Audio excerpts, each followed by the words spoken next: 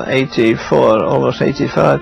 So I've been 70 years. I've seen all kinds of tragedies in the church, wars and rumours of wars, popular men going popular and so forth. But keep looking up to Jesus and reading the Word and remembering these old paths that my daddy used to talk about so much, and all the other looks like trivia.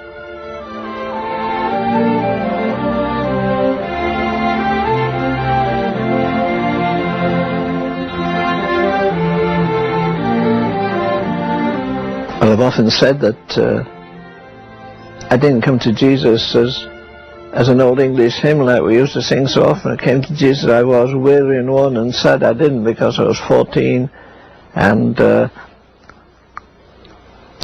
I didn't understand my father's zeal for God. I didn't come because I was convicted of sin. I came because of the blanks in my life. Like he relished reading the Word of God, and he relished going to prayer meetings, even half nights of prayer. And also, more than ever, he relished being a street corner preacher. And that, do you remember the hymn, My faith looks up to thee, thou Lamb of Calvary? Well, the last stanza says, may thy rich grace impart strength to my fainting heart, my zeal inspire. And my daddy had inspired zeal. God lifted the beggar from the dunghill. He completely changed my daddy. He'd been to a certain system of religion which made him fearful and terrified of priestcraft and all that. And he got marvelously born again as a result of hearing David Matthews, who went through the Welsh revival. Then he wrote the classic, it's still a classic, on I Saw the Welsh Revival.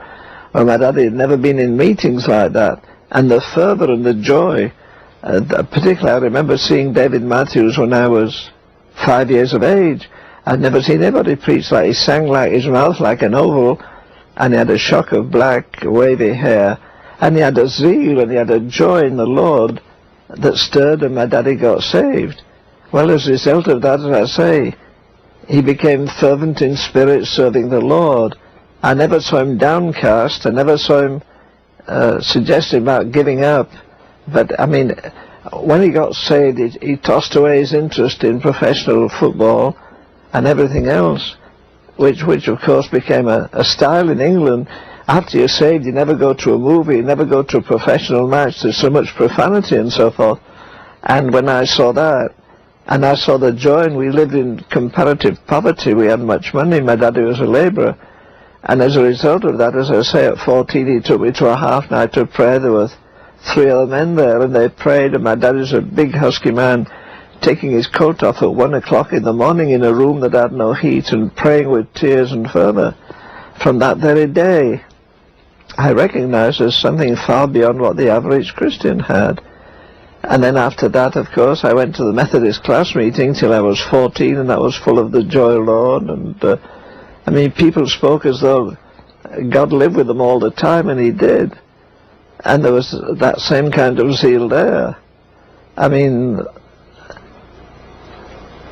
even in those days, back in the well, that'd be around 1912, just before World War I even, there was a half-hour song singing before the Sunday night service, but they didn't sing choruses, except choruses from hymns.